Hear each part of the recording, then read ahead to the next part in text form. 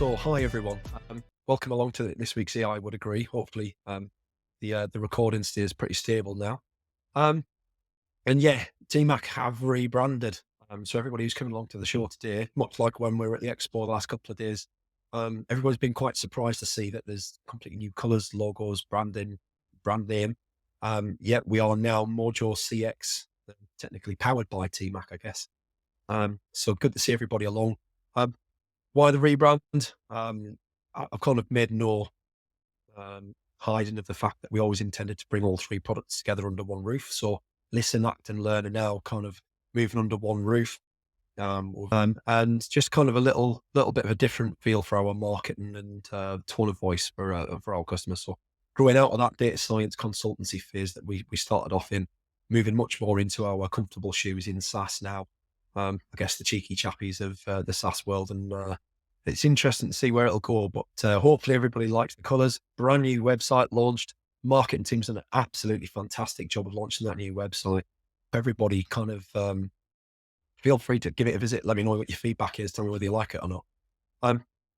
Without any further ado, this week's guest is none other than Clinton from iContact BPO in South Africa. Welcome, Clinton. Hey, thanks, Paul. Great to see you. I mean, at least we did get to actually have the show, because I was a bit worried there that nothing was going to happen for a second. But yeah, we are finally here. So great to have you along. How are things going? Beautiful spring summertime here in South Africa, and great to be on the show. Great to be connecting with you. And in our world of a BPO, tremendous excitement and interest being attracted to the shores of South Africa. So an absolutely fantastic time to be in the forefront of BPO work in South Africa. Fantastic. Good to hear it. And like you guys are great. I've been chatting with you for quite a while. And you're one of the few BPOs in the space that's actually really quite active on LinkedIn as well. So it's nice to kind of see somebody else who's out there and doing things in the marketplace to get themselves noticed. You guys do it really well. Clinton, before we kind of get started on anything else, I always ask all my guests, what's the story of how you ended up involved in contact centers in the first place? What drove you to it? I mean, probably an accident, but what was the accident? Yeah, many times to discuss it. It's not for the chosen few; it's for the few you choose. And my journey not dissimilar for how I got here, but really started my entrepreneurial career post university, and always had a flair and interest in various different business interests. My partners at the time, who are part of the Alipec Group Holdings company here in South Africa, were getting a lot of inquiries to do everything other than what the legacy of the business started around domestic debt collection here in South Africa. And those expressions of interest was to do everything in the BPO lane. And I was transitioning out of a hospitality world and knowing both the brothers from schooling days, and they said, "Clint, we need an owner, operator, driver of the business, and come have a look and see what you think." And I joined the business in November 2015, and have had the absolute privilege of learning, growing, and having a very well seasoned experience built to lean on and guide some of those tremendously entrepreneurial conversations in our growth path. Awesome. Yeah, we've spoken to a couple of CEOs. I mean, especially in the South Africa space. It's like you hit the nail on the head there. That entrepreneurial spirit, which is very much alive in South Africa, and I've mentioned a few times, I kind of feel like a kindred spirit with a lot of the South African people. It's like I very much think that I feel the same way about a lot of things, and it's always good to see the passion that specifically you drive into that area. One of the topics that we wanted to kind of belabor a little bit in this conversation was around the quality assessment, quality assurance, I guess, the quality assessment space within the contact centers. We've seen a lot of change in that space over the last couple of years in terms of everybody's working hybrid working now, remote working, on-site working. how has that changed for you guys and specifically, and how do you see that as being, how has it evolved over the last 2, 3 years? Paul, I mean, it's such a large subject, and I think we could probably end up speaking about this for weeks.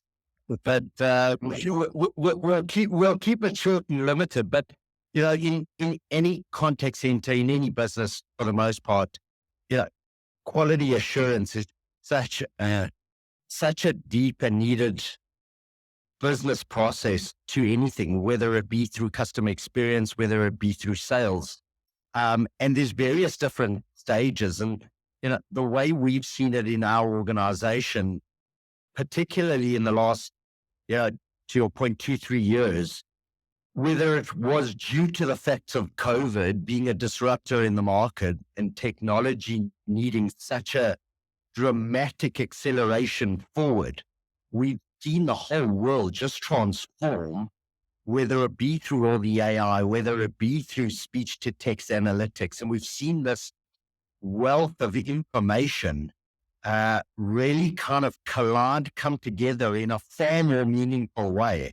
And that's what I've really loved about what you guys are doing at MOJO-CX in terms of your technology stack and how you guys are putting together that it's in a single platform, that there's so rich with the data, but not just the data, it's the insights and how to act on it. So again, I mentioned speech to text and, now being able to quality assure 100% of the volume. And then, if you want to go into the manual interventions and sample selected random, but having the tool to do all that and draw it into one platform gives you so much more access to meaningful, nuanced, meaningful, deliberate, focused attention on areas of improvement in order to improve employees' development, as well as meeting client, KPIs and contractual commitments that an outsourced offshore operator would need to deliver on. Awesome. Thanks for the kind words. Appreciate it. I think, I think a lot of businesses have seen that huge spike in demand, inbound as well as, the business processes. There's this kind of squeeze going on between how do we operate on the bare minimum amount of people, and it's kind of always been there, but I feel like it's been accelerated a lot over the last couple of years. That almost the extras that people used to do out of goodwill are now being kind of rolled into what's expected of them on a daily basis, which is in part of that whole huge challenge around churn and retention and quiet quitting that we've seen. Combine that into the kind of QA space where big businesses could only ever get after 1 or 2% of their calls in the first place, or the conversations in the first place, manually. Have you seen a lot of challenges in your space in terms of how that's directed and how that's being scored against the agents in like feedback terms? Yeah, I think, what the technology does today is it really allows for the coaches, whether the coaches, trainers together with the quality assurance department, really gives them a lot more efficiency gains, within their particular lanes. So quality assurance, for example, now has tremendous amounts of data. They can now, score it effectively. The benchmark standards are easy to change weightings. So, for example, in an initial program where you want to get certain metrics right or, at benchmark levels, great. Now those have been achieved. Now, what are the other levers that you want to play with or change? And, those affect those quality measures. But again, I think that technology allows quality assurance to focus in a far more deliberate way. And then taking that out from quality assurance, the coaches, the trainers can then go back and support agents again in a far more meaningful way with the right information at hand and coach them on specific areas rather than a randomized call, which I might think, Clinton's a great agent, but that was one sample, one call of Clinton's superb and 99 terrible. I've missed 99 opportunities to make Clinton great. And I think that's where you're seeing tremendous amounts of improvement coming through, not only from the quality assurance aspect, but throughout the contact center. I think there's probably a little bit to be said about um, that knowledge that the agents themselves are being observed as well. Like I remember being in the call center back in the day about, it was 20 years ago, and we used to play word games. How many random words can you get into that conversation? Because we knew it was a numbers game, and we knew that the likelihood of somebody listening in that conversation that we were having was infinitesimally small. But I guess if, as an agent, you're of the understanding of those sorts of technologies being deployed within the call center, it kind of makes you much more aware of what it is that you're actually doing on the conversations. And yeah, moving away from the games that agents like to play, um, that whole being watched sort of scenario really does kind of drive the right kind of behaviors for people. I guess you've got to be careful though that it doesn't go too far the other way, right? Absolutely. And I think it's always the balance of it being managed correctly. And I think, following on what you're saying there, again, we know that through the use of technology and, far greater self-service streams where customers are now preferring to, try problem solve queries, what it's then becoming to for the agents is really allowing them to step into that part of the conversation where they can drive resolution, where they can drive impact for, some of those maybe self-serve automations that may particularly fail, or the client's just not really getting that wealth of information that they need. So you're seeing, and I know we speak about it in the contact center world, but what we're seeing is that need for a highly skilled, highly specific agent really coming in. We're now dealing with, subject matter experts who are able to assist and able to supply and apply customers with the information they're critically looking for on their various stage and the touch points. Yeah, it's interesting. And I think, much the same as in the technology space, I'm a big believer that you should have that SME knowledge. Like there's no point trying to deliver contact center technology and without understanding what's going on the call face, what's happening in that front end. Um, and so like it makes sense that from a contact center's perspective, you want to have that same sort of SME knowledge from your side of things in order to delight your clients as well. I guess one of the questions I've seen banded around a lot recently is around how coaches and QAs interact with the agents themselves, and kind of how often should the coach be coaching, how often should the QA be coaching, and how do you might find that, um, I guess, the balance so that both are coaching fairly and you're not getting too extremes as an agent, combined with how's that affected by remote working? There's a lot to unpick there. Sorry, I threw a lot at you there, but I'm just curious to know what your thoughts are on that. Beautiful. I'm going to try and unpack it. And again, if I think there's about 15 questions loaded into there, but please keep me honest and bring me back into the area. I think if I start firstly with remote working, what we kind of definitely seen change was moving from a brick and mortar facility to remote working. The size of the team leader to agent ratio, certainly needed to reduce. And needed to reduce because of the need to kind of be able to personally connect with your team members in a far greater way. Different in a brick and mortar where you've got a row of agents and you can walk up and down and manage 10 to 15 and the team's right in front of you and you can tap someone on the shoulder. But I think in those remote spaces, again, not to say that the technology isn't there, because it certainly is, where you can have your entire team online and, reach out and connect with someone. But we're seeing a lot more of the efficiency gains by just reducing those teams to a little bit of a smaller size in order to connect with your remote team in a deliberate, meaningful way. Sometimes we feel those bigger teams just get a little bit lost. Coming back into the coaching and training and, how often should it happen? I think what we're starting to see, and we know every opportunity to be able to coach and train on, to see an agent improve is a wonderful opportunity.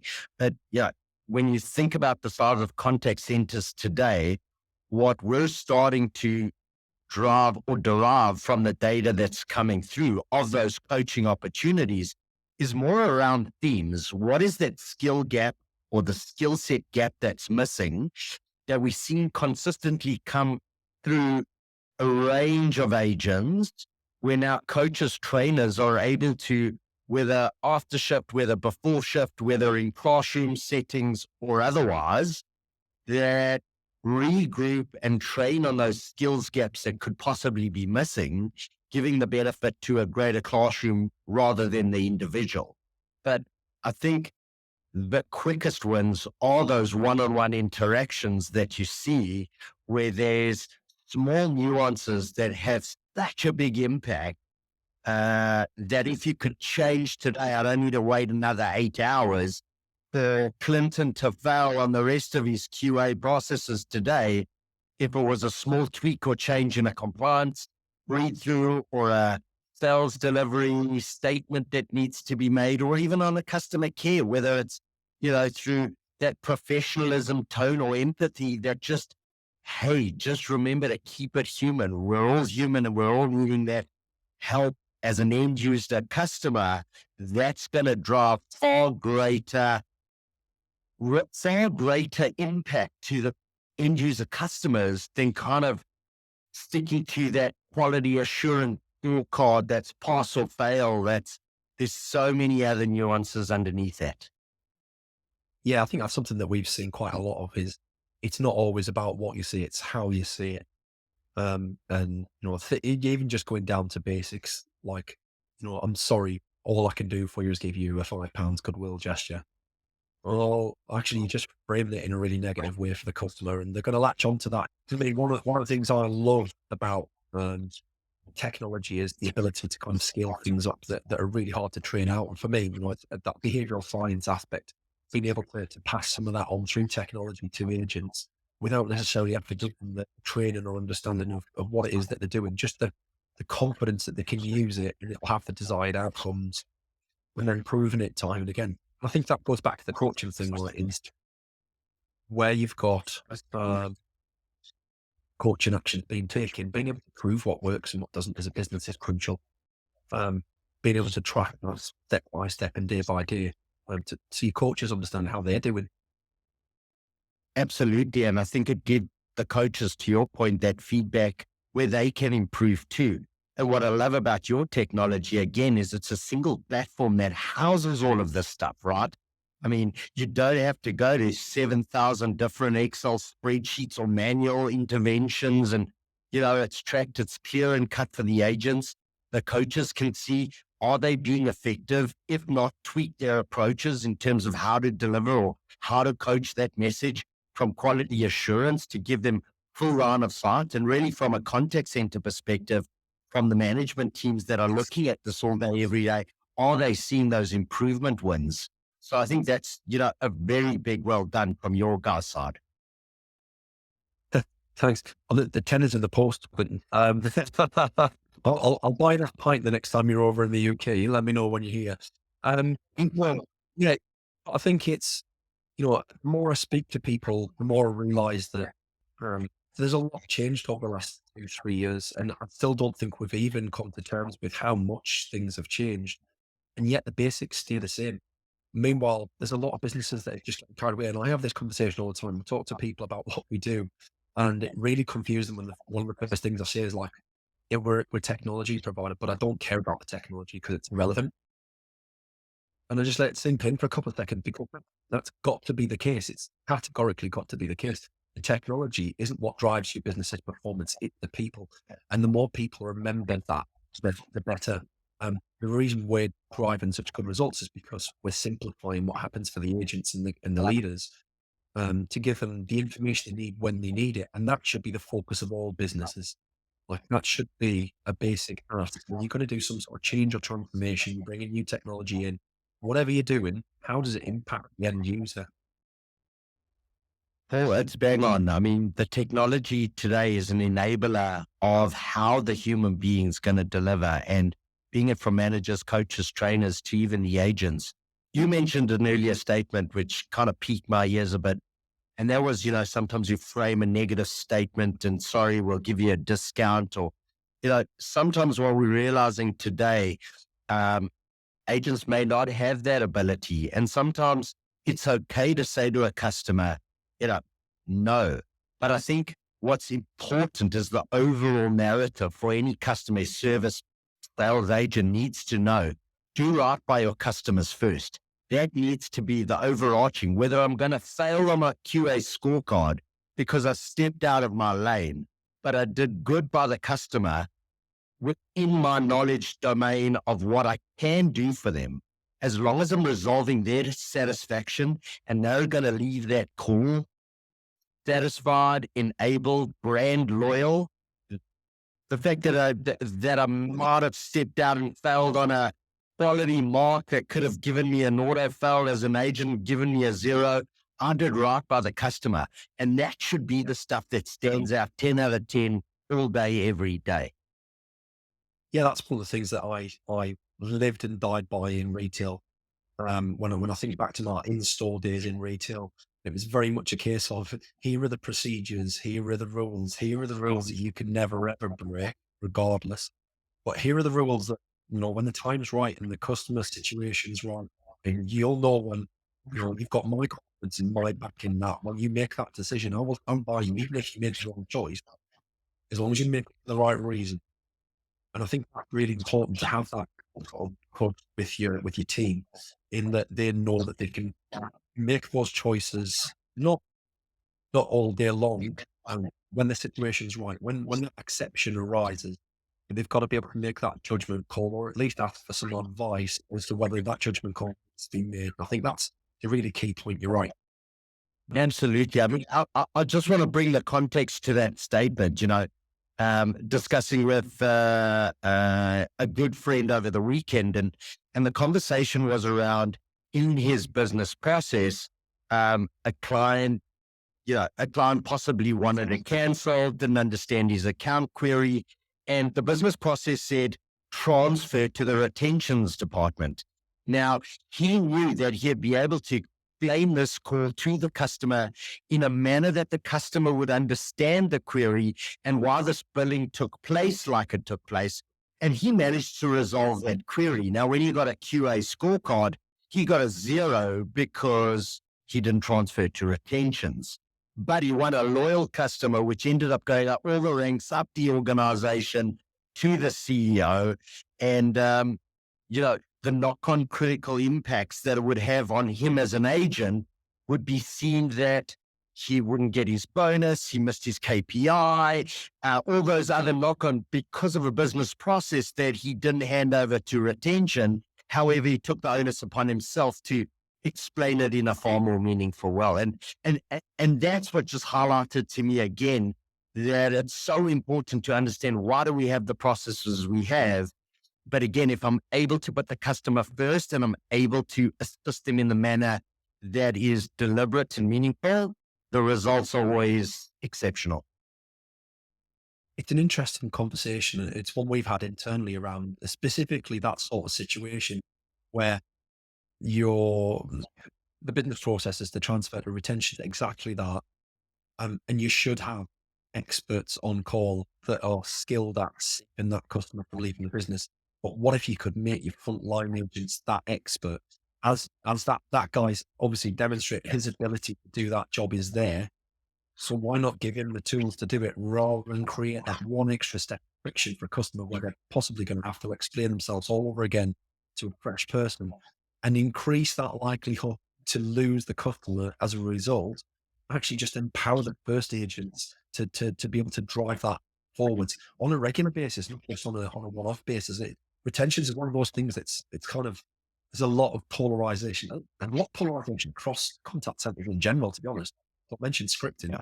Uh, but in terms of retentions, it baffles me why your average frontline customer service person who's spent the last 20 minutes talking to a customer and getting to know them, then has to refer them to a retentions team, the customer's going to have to start all over again, and they've lost any rapport that's already been built, start all over again, longer calls, potential escalations.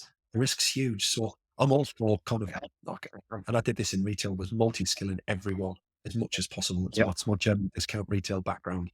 But everybody as highly skilled as possible. Don't pigeonhole them unless they want to be pigeonholed, unless they don't have that skill set. And some people don't.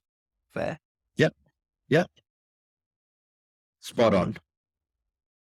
I guess we're kind of coming up to the 30-minute mark, Clinton. Like, as with our previous conversation, I'll probably go on for the top maybe for the next hour or two. But I don't think anybody else will be still listening to us, but just be us, me rambling on probably. Um, what's next for iContact this year? I'm curious to know. I've seen you guys doing a lot of push, a lot of advertising, and I know you're going at decent rates. What's next steps for you guys? Keen to hear. So what's really exciting about South Africa is the landscape opportunity, and particularly, I think everyone knows the value proposition that's coming out of South Africa, but with a with a great sense of English servicing international market, and the kind of great resignations happening, globally. There's a tremendous amount of interest attraction into our South African market. What I am seeing from us, and you know, as an organization with individuals winning certain accolades, we're doing the right thing. We're doing the right thing as a business. And I think it's about just continuously grow the business in far more deliberate ways, surrounding ourselves with experts, not suppliers, but partners, not with clients, but partners, and really just strengthening relationships in a far more meaningful way and delivering excellence. So we're super excited about the year ahead, and can't believe already, 24th of November, Christmas around the corner. It's this year's flown, and just so wonderful to kind of put COVID in the past, but who knows? COVID's going to get replaced with a different kind of disruptor. So whilst it's fantastic to be able to go out and give people hugs, and international transport travel visits are happening, it feels like things are opening up. And again, just tremendous excitement for the year ahead, and just great to be on that trajectory and path. Fantastic. It's an exciting business to be involved with, and certainly, like you see in the South African market. I can't wait to see what's ahead in the next year for not just yourselves, but everybody who's involved in that GBS and BPO space. Clinton, have a fantastic Christmas and good luck for the team for the new year, because it sounds like you guys are going to have a cracking new year. And let's chat again sometime in the new year. Take care. Okay. Thanks everyone for joining us.